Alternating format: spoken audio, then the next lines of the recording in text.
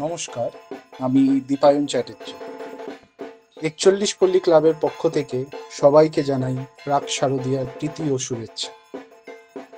৬৮তম বর্ষে রাষ্ট্রপতি পদকপ্রাপ্ত শিল্পী শ্রী গৌরাঙ্গ কুইলার হাত ধরে আমরা এবারের শারদ ভাবনা উপস্থাপনা করছি।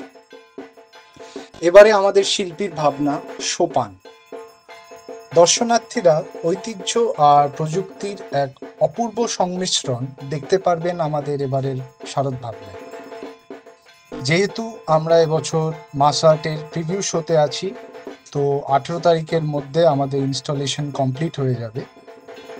আর উদ্বোধনের পর তৃতীয়া বা চতুর্থী থেকে সাধারণ মানুষেরা আমাদের এখানে আসতে পারেন।